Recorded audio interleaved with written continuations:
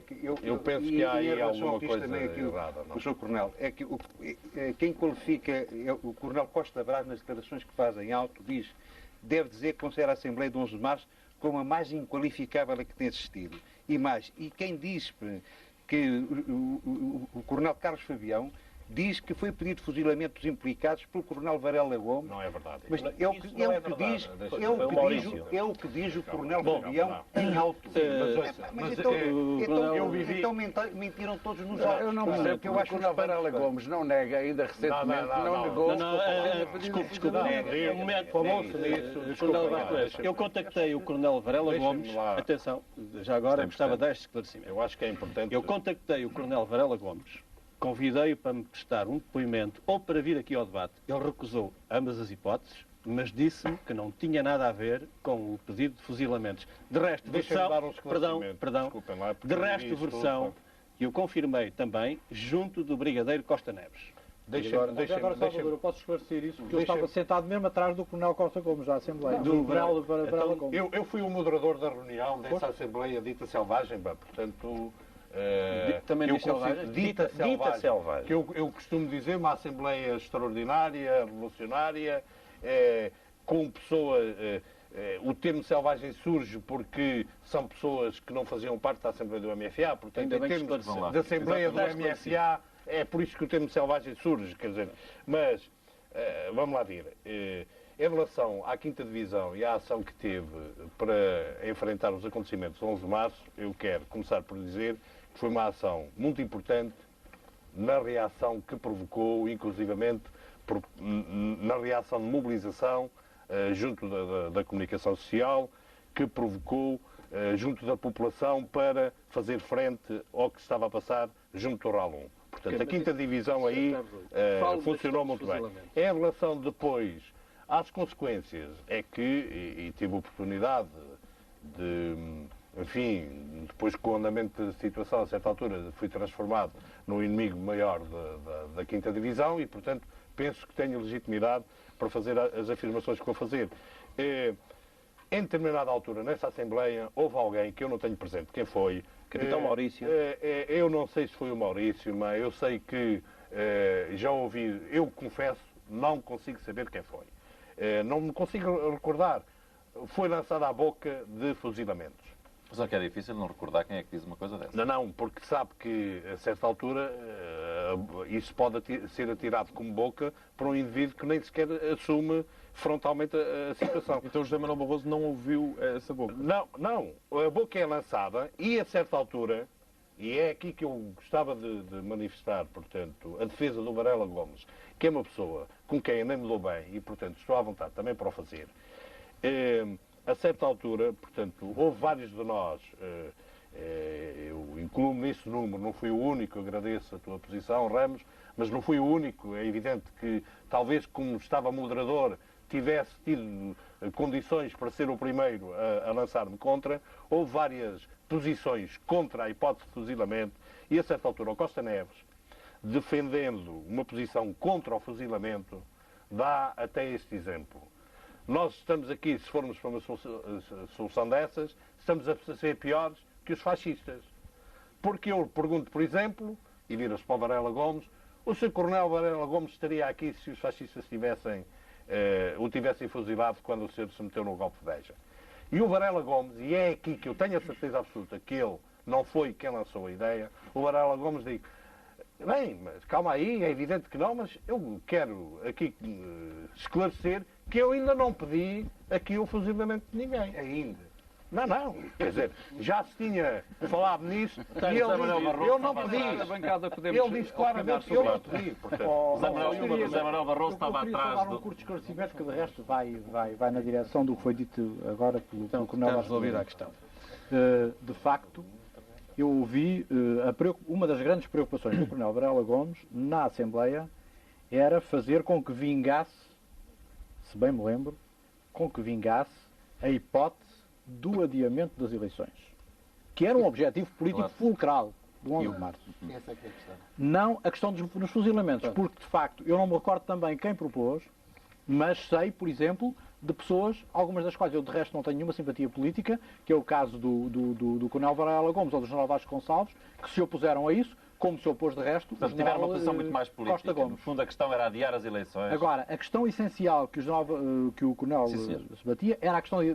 Outra, sobre isso de temos eleições, Mas eu Sobre gostaria isso de de contar uma eleições, coisa gostava que, também em de termos de falar. quinta divisão e da importância da quinta divisão, que tem a ver com Mas os isso debates. vamos deixar a quinta divisão, vamos passar em Não, frente. não, é muito importante, tem a Na ver com o plano Assembleia. económico do Mel Antunes. Exatamente, é que na Assembleia do 11 de Março, na tal Assembleia que decorre às tantas da noite, foi decidida a nacionalização da banca? Não. Desculpe, não. Foi decidido. Foi decidido no dia seguinte. No dia Não é seguinte. verdade. A Assembleia do MFA, dita selvagem, a tal Assembleia extraordinária, o Mas que se alguém chama de fala nisso na extraordinária, Assembleia?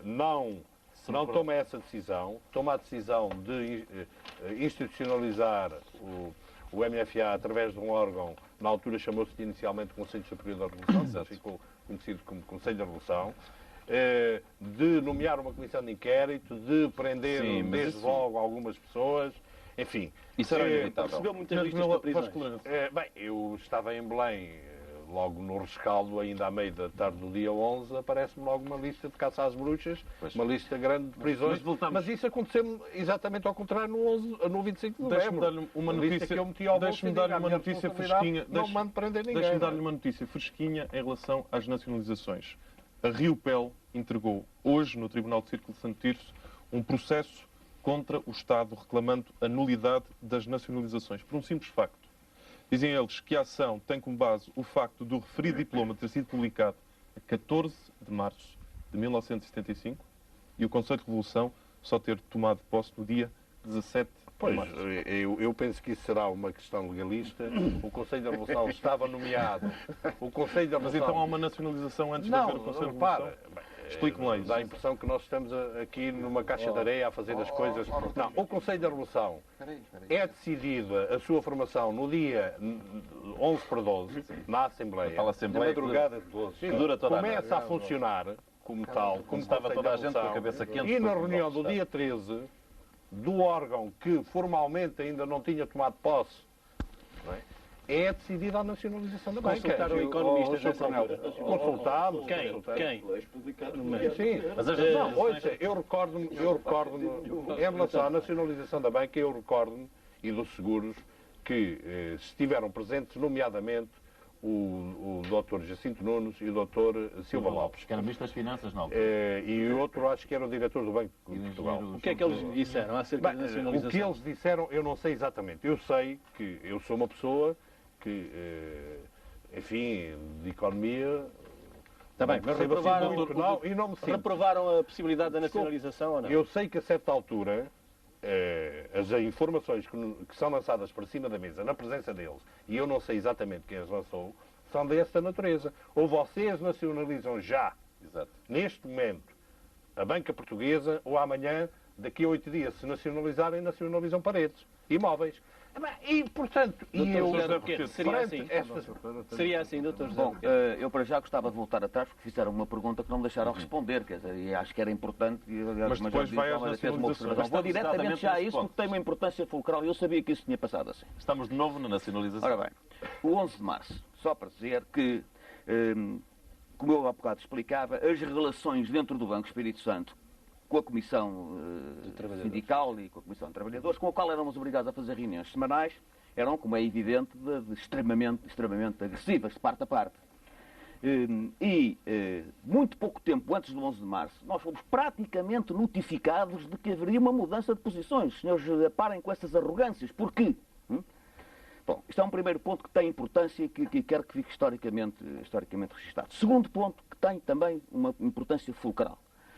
Eu fui o último dos membros com responsabilidade executiva do banco a entrar no banco. Acontece que tinha um almoço fora, liguei diretamente para o telefone que estava na secretária do Presidente da Conselho de Administração, de onde me respondeu um dos elementos da Comissão Sindical, dizendo o Dr. Manuel Ricardo Espírito Santo não atende deste telefone nem nunca mais vai atender.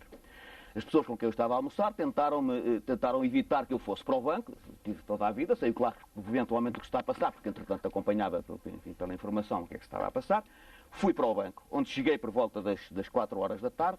O contínuo que estava à porta, como é evidente, o banco estava fechado, o senhor vá-se embora, não entre, vá-se embora, eu venho para cá para entrar mesmo, vou. Subo ao andar da administração, e no andar da administração o cenário era o seguinte.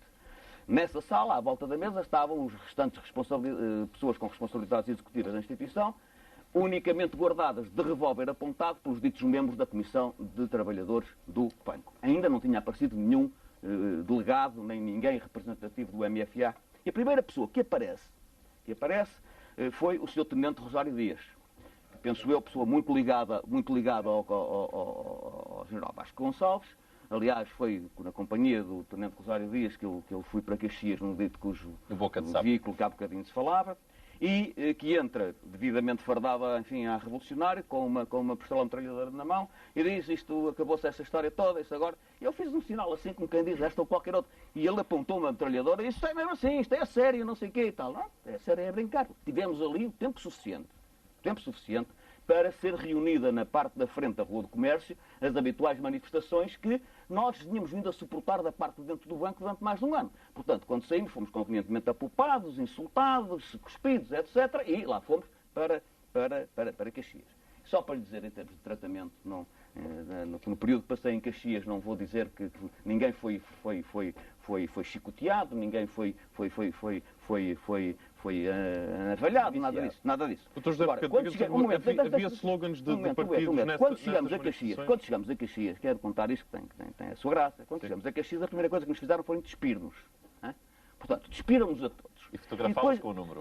Não, ainda não. Antes de sermos fotografados com o número, enfileiramos por um corredor dentro. E eu, que tenho às vezes um certo humor negro, virei-me para os meus isto até parece aos chevitos, aqui a bocado é capaz de começar a chover em qualquer coisa do teto, não é? O que se fazia antes, portanto, o que se fazia do antecedente. Provavelmente. Está muito bem informado. Você não sabe que eu não sou. Bom, é só para lhe dizer que em termos de violência isto era qualquer coisa que obviamente não podia deixar de ser feita, no sentido de, aliás, é só para dizer que isto era feito pela, desculpa há bocado, referiu a poética e romântica Luar, porque realmente em Caxias, naquela altura, quem controlava os acontecimentos era efetivamente o Luar. O senhor recusou um plano de fuga. Recusou um plano de fuga. Foi o único dos banqueiros que estava lá metido e disse, não vale a pena tentar fugas, porque houve quem tentasse. Planos de fuga de onde? Deixa-me ler da prisão. Não. Houve quem tentasse, porque começasse a escapar. Não é Caxias, não, isso foi em Monsanto, isso é outra coisa. Agora, desculpa, deixa-me acabar. Portanto, fomos devidamente fotografados e nem um copo de água, nem nada, diretamente lá para os andares de cima.